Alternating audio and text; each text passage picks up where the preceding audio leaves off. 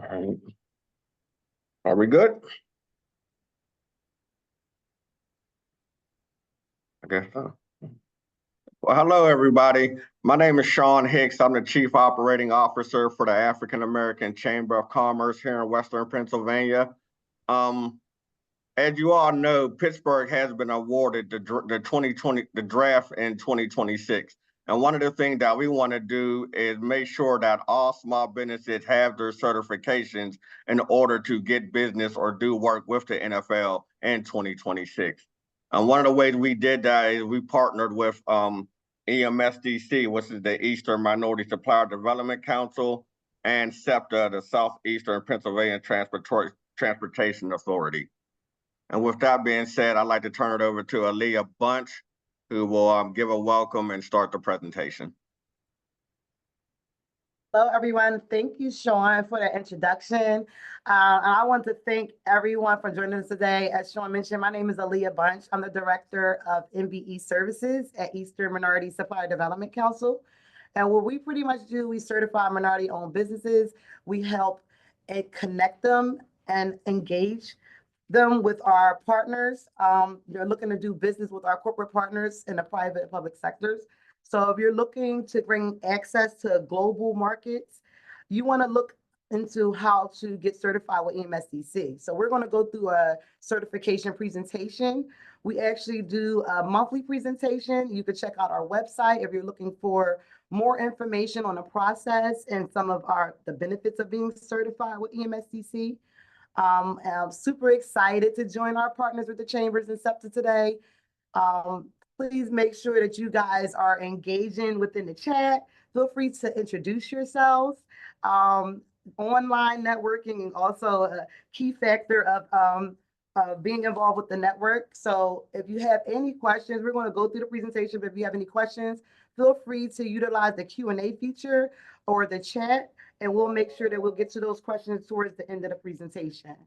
So also want to let you know that we have here on the call our certification manager, Darius Hurst-Rodney.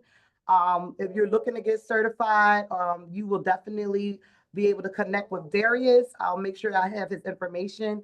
We'll leave that there in the chat as well. So let's get right on into it. So getting to know how to get EMSDC certified.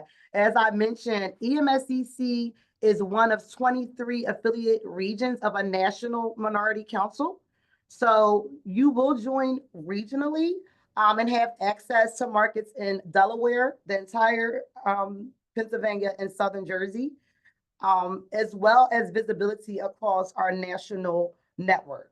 So I'll tell you a little bit more about that. You can get right on into it and go into, well, I do have access to the slides, so I can slide it. So who we are. The Eastern Minority Supplier Development Council, like I said, we're affiliate, one of the 23 affiliates of the EMSDC. And the mission of the EMSDC is to advance business opportunities by certifying and connecting minority businesses and enterprises to corporations and buying entities. So we pretty much assess your needs when you come in and see where you are, and we help you to grow and scale your business so that you can meet some of your business goals. So we'll tell you a little bit more about that. Once you start getting engaged with us and learning more about our events and our upcoming engagements, you'll see exactly how to leverage your certification. So some of the benefits of being a part of this network is national recognition.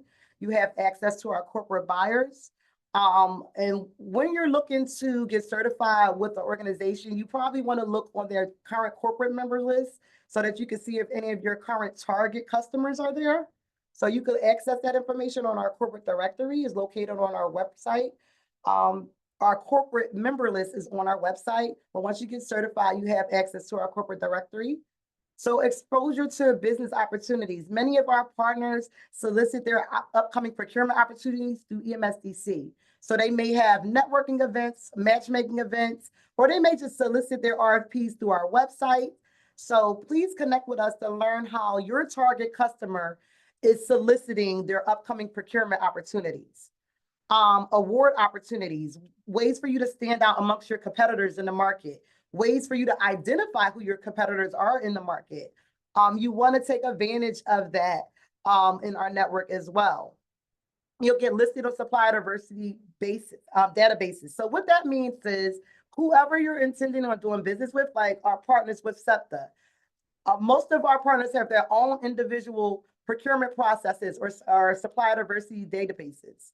So you want to make sure that you're visible on those databases. So you're learning about upcoming opportunities, RFPs, pre-bid meetings, and then who those partners are from those different procurement departments.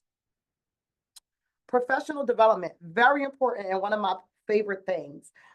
We curate and facilitate a lot of development programs throughout the year, all type of networking engagements, so that you could build your business, work on your pitch, have access to and just access to developing and building your brand. So you want to take advantage of many of those are free or low cost to our partners and members. And we also work with other technical assistance partners that can help you grow your business as well. So please take advantage of all of the resources that are out here to assist you. Access to seminars and hosted by leading corporations. A lot of our partners will have their own small business summits. So you want to make sure that you're taking advantage of those invites. Just to give you an example, we have an event coming up with one of our partners in the health industry, and it was a targeted search for general contractors. So depending on what your commodity is, you want to make sure that you're available and connected to your local council. Networking events, like I explained before, invite only. We have MBE to MBE opportunities. We encourage you to do business with other diverse vendors. So you want to make sure you take advantage of those opportunities as well. Who's eligible for certification? So your MBE for-profit enterprise, regardless of your size, if you started yesterday, that's not one of the requirements. So 0 startups to multi-billion-dollar companies get certified with our organization. So is based on ethnic minorities. So if you're African American, Latino, Native American, Asian Hispanic, Asian Indian, you fit and you're 51% owned, managed, and operated by ethnic minority, and you fit the criteria to be certified. So if you have any other in-depth questions about the requirements, that's why I have Darius on the call. He's like the expert in regards to the process. These are some other information about parties that are not eligible for certification. And as you guys know, these things are changing every day. So please just make sure if you have any questions, you could follow up with us. Green card holders are not eligible for certification. And folks that are born in these areas that are listed here. And we will be able to share this presentation with you too if need be. Okay. So the process, I get this question like 20 times a day. Everything is online. It's pretty simple. We do a pre-certification webinar just like this, just so that you can understand a little bit more about it. But the application is submitted online. We will review the application. The certification team reviews the application. They reach out and set up your site visit. Once your site visit is conducted, they just go over some questions about things that were submitted on your application prior to submitting your application to the committee for review. Once the committee reviews your application, you will be notified if you were approved or denied. So it's about a 60-day to 90-day process. And we're pretty much transparent throughout that process. So you can feel free to reach out if you have any questions on where you are during the process or about any of the information that was submitted. The application is available, like I said, on the emscc.org. There is a fee assessed for your annual certification. The initial fee, if you're under $1 million, due to a partnership that we have with one of our partners, instead of it being $500, it's $300 if you're under $1 million for your first year. And this will let you know if you're between 1 million and 10 million, how the fee is assessed. It goes up in $250 increments. So, and you will also have a recertification fee once you get recertified. But the recertification process is literally nothing like being initially certified. They only ask you for about 2 documents of your updated tax returns. So this is just give you an idea of the fees, and once you grow your business, how they actually go up. So documentation required. This is something that I send out to folks just so you can have those documents ready. A lot of these documents, once you finish getting certified, you want to save them, put them in a file, just so you can have them, you know, when you need anything else for your business. So this is just give you an idea of proof of FTC citizenship. Last 2 years of federal business taxes, what people ask us is a lot is, if this is my first 2 years of business, I have not filed in my business, underneath my business, what type of finances are required? I mean, financials are required. So if you have just started your business, you're also able to use 2 years of your personal income taxes as proof of income if you did not file under your business entity. But once you recertify, we will be looking for those tax documents that are filed under your business entity. So if you have any questions about the type of business formation you have, those documents may differ if you're a sole proprietorship or a C Corp or LLC. So if you have any specific questions about that, we'll be happy to go over them. Review of the information goes through the committee. You must be an independent business, managed, controlled, and operated. This must be your business. So this is something that's kind of reviewed during that process. Kind of talked about that a little bit. Site visits, if you are home-based, virtual. So this is something that pretty much takes about 30 minutes. So you want to make sure you're available for that. We used to have expedited services. I'm afraid that we do not right now, but it usually takes 60 to 90 days. Darius has been amazing on getting these turned around. So just stay in contact with us. If you have a upcoming contract and you need those expedited services, just try to be patient and bear with us. We'll get you through the process, and we'll communicate with the partners if need be. Q&A. Again, my name is Aaliyah Bunch. I get super excited about connecting with new businesses. So if you want to just tap in just to learn how to leverage your certification, or hey, Aaliyah, you know, this is the type of business I'm in. Do you know of any upcoming opportunities right now? I'm available. I'm here to serve, and I get super excited and energized about serving. So make sure that you take advantage of utilizing our network with EMSDC. So I will turn this over to Marcia and SEPTA. So we're super excited about learning about their process. And if you have any questions, we'll definitely get to them in the next 15 minutes, 10 to 15 minutes. So thank you. Thank you, Aaliyah. I appreciate that. You're always a wealth of knowledge for you all's MBE and WB program. So thank you for just giving those distinguishing factors. Bear with me, I'm trying to share my screen.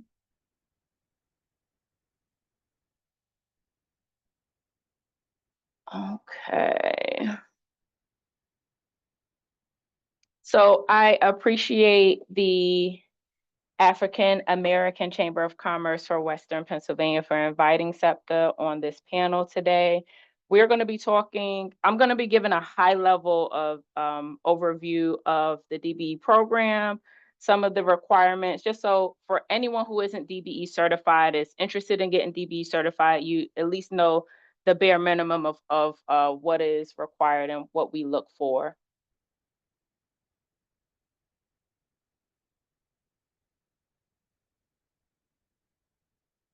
Okay, so just so you all, for anyone who does not know, DBE, the acronym, just stands for Disadvantaged Business Enterprise. Today, I'm going to be going over an overview of the program, responsibilities, objectives, and definitions. I'm going to go through some of the regulations, eligibility standards, burdens of proof, requirements, and applications. I'm going to talk just a little bit about interstate applications for those who might be DBE certified in their home state or jurisdiction of original certification, just so you understand what is required of that with the new rule, because they recently updated the regulations for interstate applications, and it's much simpler now. And then I will end with some tips and recommendations for what's next after getting DBE certified.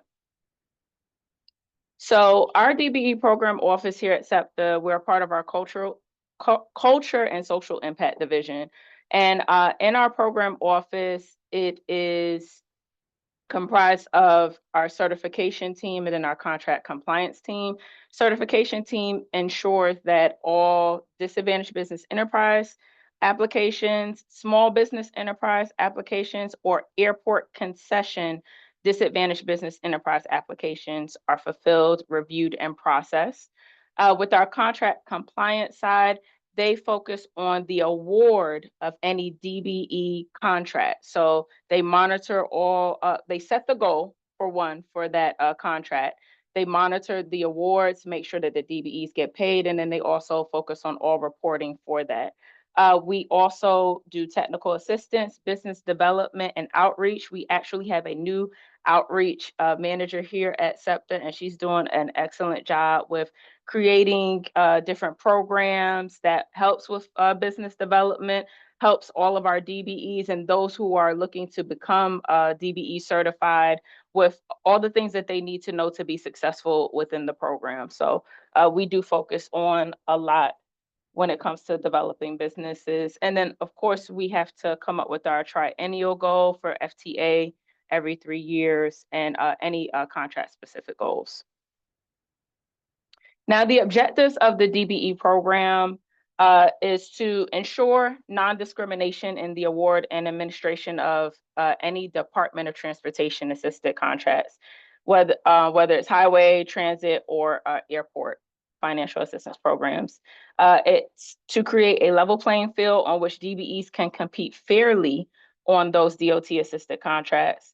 Also to ensure that only firms that fully meet the regulations eligibility standards for DBEs are permitted to participate as a DBE.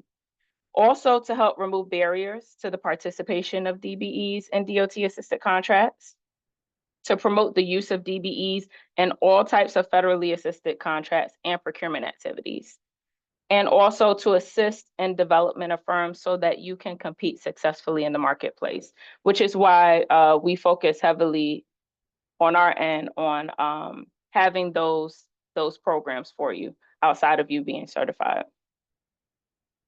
Now, the DBE program is a federal program. It is regulated by the United States Department of Transportation, 49 Code of Federal Regulations, 49 Part 26. A DBE by definition is a for-profit business. Unfortunately, if you are not for profit, you cannot get DBE certified. A for-profit small business, at least 51% owned by a socially and economically disadvantaged owner. And that socially and economically disadvantaged owner has to fully manage, operate, and control the applicant firm. Also, we prefer it be transportation related work. However, there are a lot of, when you are DBE certified, there are a lot of city contracts that sometimes you can get into if it's not necessarily transportation related. But as far as SEPTA goes, we do look for you to, for it to be transportation related work or airport concession activity. So there's two requirements. You have to be socially disadvantaged and economically disadvantaged. With social disadvantage, we look at a few presumed groups that classify you as socially disadvantaged, and that will be women, Black Americans, Hispanic Americans, Native Americans, Asian Pacific Americans, and subcontinent Asian Americans. For economic disadvantage, we look at two different classifications. It's going to be your business size and then your personal net worth. With business size, there is a 3-year average that we look at for the DBE size standard. And that will be a 3-year average of your annual gross receipts that must not exceed 30.72 million. Now, I know as a small business, you're looking at that number like, that's pretty large, right? But it's to factor in to include a good portion of our small businesses that are trying to generate wealth. I apologize that my phone is ringing right now. I'm sorry. There's also a small business administration size standard and requirement, and that is based on your NAICS code or your work group, whatever classification you have for the work that you plan to perform. That we look at your 5-year average of gross receipts. So let's say, for example, you have a NAICS code. It could have a cap that you cannot make over 25 million over a 5-year average for your gross receipts. So we also look at that for size standard. For your personal net worth, it must not exceed 2.047 million on your statement. Now that does exclude ownership interests in your applicant firm. So any type of equity that you have in the firm that you're applying to get DBE certified, that is excluded. Any type of equity in your primary residence, as well as the present value of your retirement or pension.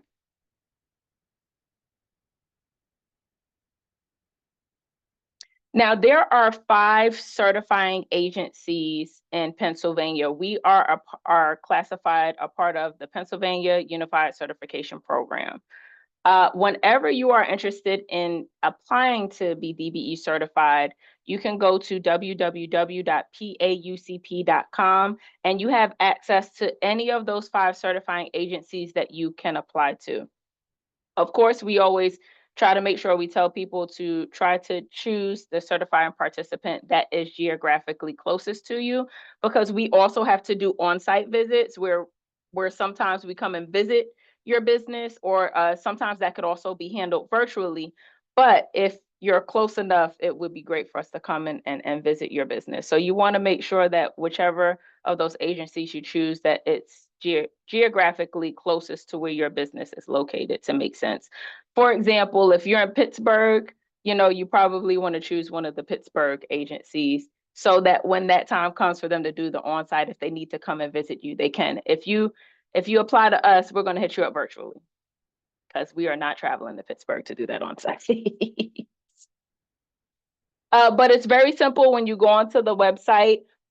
This is what the page will look like. It will have all of the 5 certifying agencies there. You choose the agency that you want to certify with. We all are regulated by the same regulation with the government. We all handle this process the same.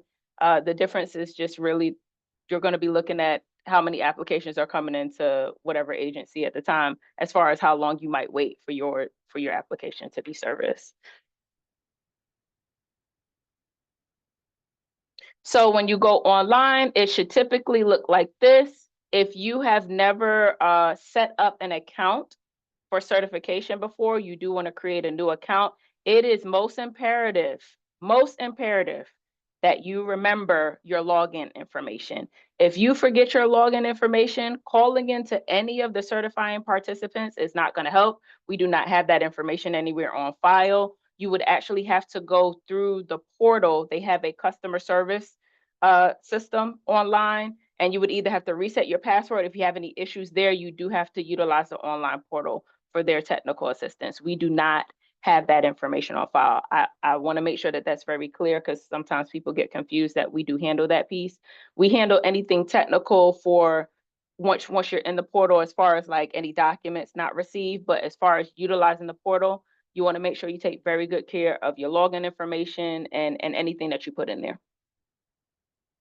Also, when you are finally certified, this is also where you would come back to renew your certification. So you'll see the 2 classifications, new certification, and then the second portion where you can renew your certification. You go to the same place, log in with your same logins. If you forgot, reset your password at that point.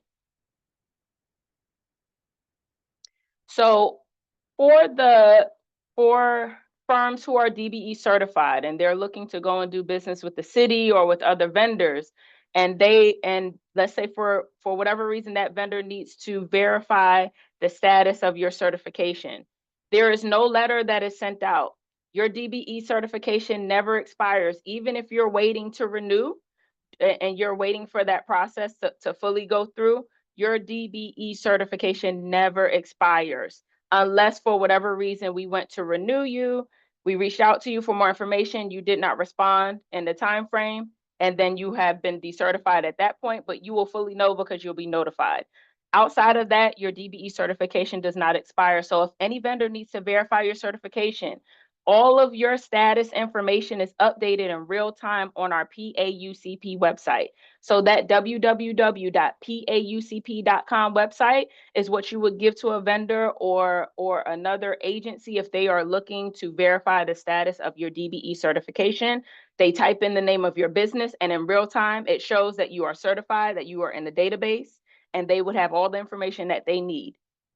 I want to make sure that that is something that that we put out there, because I think there are still a lot of contractors or vendors that are still looking for an actual document. And gone are the days of documents, right? Everything is electronic. So I want to make sure that everyone understands that the PAUCP directory is very, very important after you get certified. Also, once you are certified, all DBE certification maintenance is done via that electronic system through the paucp.com when you log in. That's why I say it's very important for you to always remember your login information, because if you need to upload documents, if there's any changes to your business, you want to upload a notice of change. If for whatever reason you want to add more NAICS codes to your business, you would go into that electronic system to process a change request so that you can do the modifications that you're looking to do. But everything going forward after you're certified is going to be handled through that electronic system. So for interstate certification applications, I know I talked a little bit about this earlier on. For anyone who is DBE certified in their home state, so let's say, for example, your business is based out of Delaware. You are DBE certified in Delaware, but now you're doing business in Pennsylvania and you want to get DBE certified in Pennsylvania. There was a new rule in May of 2024 that updated this process so that it could be more seamless for people who are looking to be interstate certified or DBE certified in another state outside of their original jurisdiction of certification. And with that, there's only 3 things that we typically need.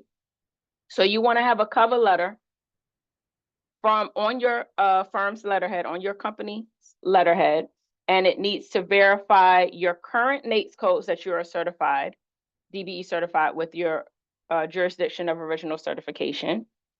You also need to list the state and agency that you are originally certified with. So if it's the New Jersey DOT, if it's DelDOT, you want to make sure that you list that state or agency.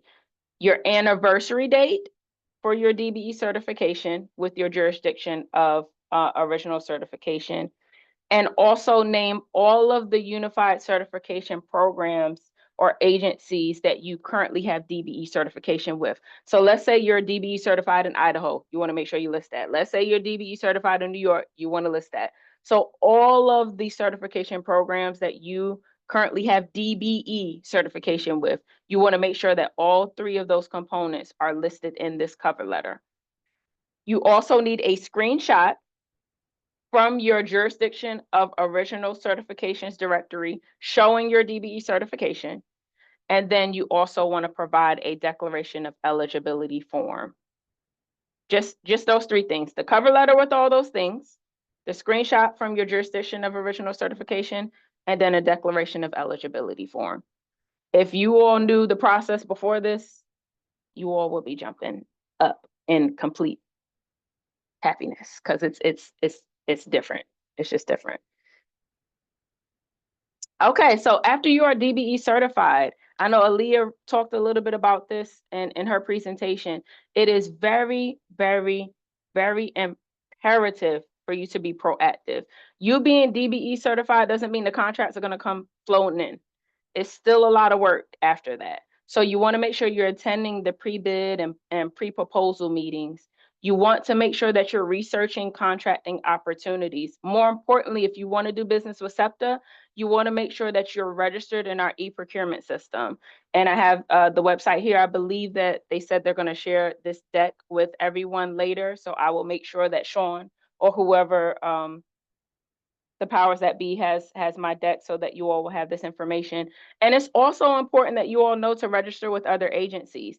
Register Even with other certifying agencies, our 5 certifying agencies, register with the Philadelphia Airport, register with PennDOT, register with the City of Philadelphia's OEO, the Office of Economic Opportunity.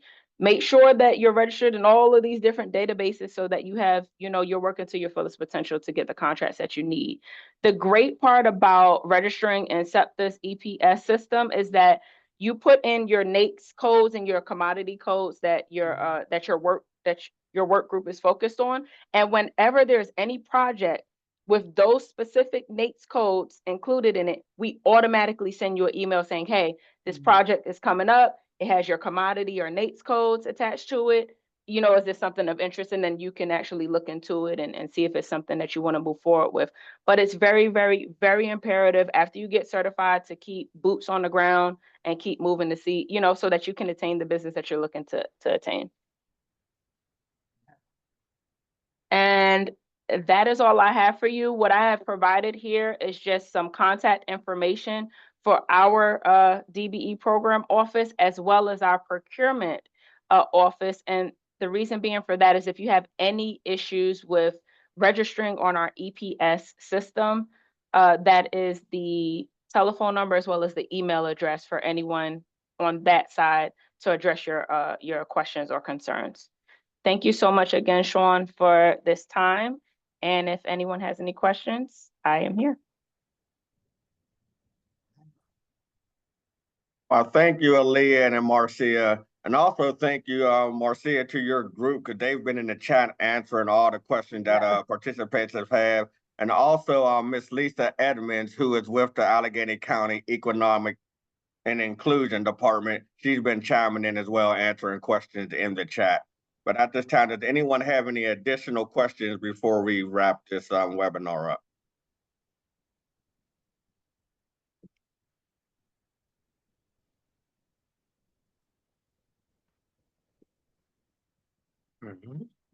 I wanted to also say thank you to Sean for inviting us, and thank you, Marcia, for sharing some very valuable information, especially in regards to the PAUCP database. I was getting super excited because sometimes when I have gaps in my targeted searches, I go on PAUCP as well. So you want to make sure you're visible on those databases. It's half of the job. And it's also, as Marcia mentioned, when you are cutting out the middleman like EMSDC or the chambers, and you go right on there and you register for those portals. If your NACES, it applies to your NACES code or your commodity that you serve, they'll send that bid right to you. A lot of our partners do that. You want to make sure that you're taking advantage of that service as well. So thank you for mentioning some of those important points. And I did see that they were answering the questions in the chat. So. All right, we have 2 hands raised. Manuel Key, would you like to ask us your question?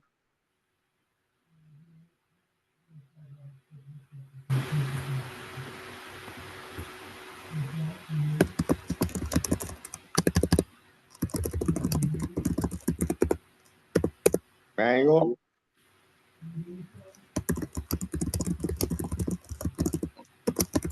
Hey. I think he's typing it. Emmanuel, you're off mute if you wanted to speak.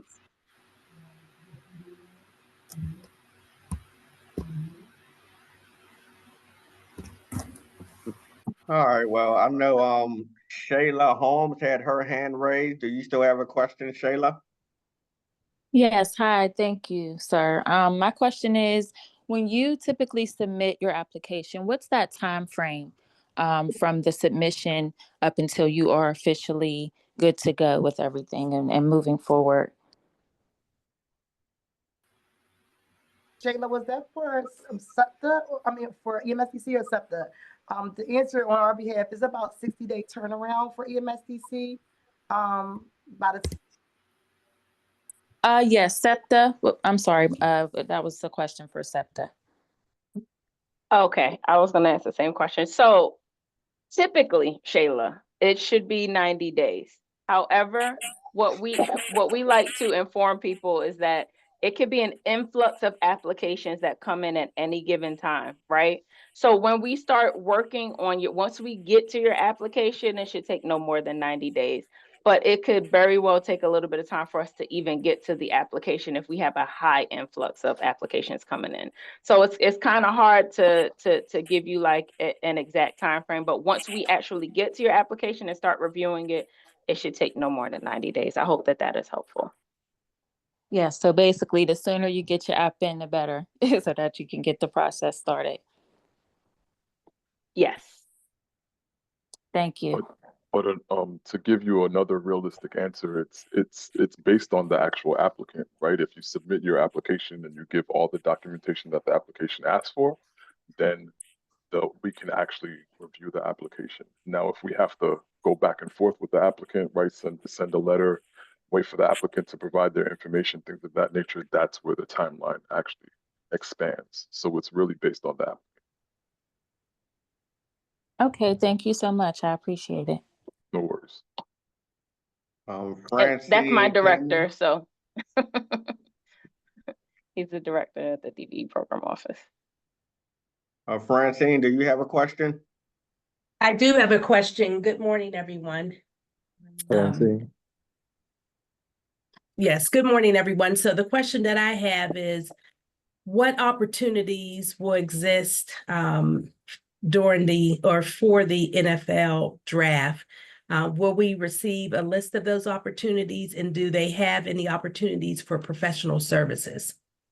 As of right now, we do not have the answers to those questions. So that's why we're being preemptive about people just having their certifications, because once they do let us know, it's probably going to run quick. So you might not even have time to get your certification. So that's why we're having these webinars now, so we could be preemptive about it. But right now, we do not know the list or the type of opportunity that will be held from the NFL. Okay, so just a follow-up on that is our firm is a certified public accounting and consulting firm. So we're certified under the PAACCWP. And Sean, what time frame do you think you'll receive the information? You know, will you receive, and when is the NFL, when is that process, the NFL draft? When will they start asking for services? I guess is really the question. What's the time frame? From my understanding, it's probably going to be like a 3 or 4 month turnaround.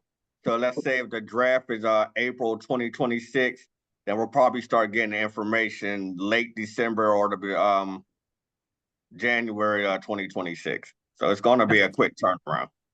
Yes. Okay. And sorry, again, my name is Mushishi Baptiste, Director of the DB Program Office here at SEPTA. For SEPTA, the best way for you to find out what the opportunities are is going to our electronic procurement system, putting in the commodity code that you provide, and then seeing what those opportunities are in the transportation space. And when do you suggest we start doing that? Are you saying also like Sean, right, but as far as the NFL draft, or you're just saying overall with SEPTA opportunities? Correct. Okay, great. Thank you. No worries. Michael Patillo, do you still have a question?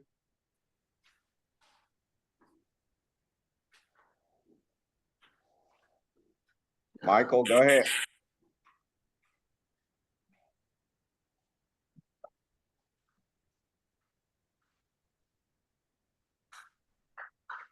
Okay.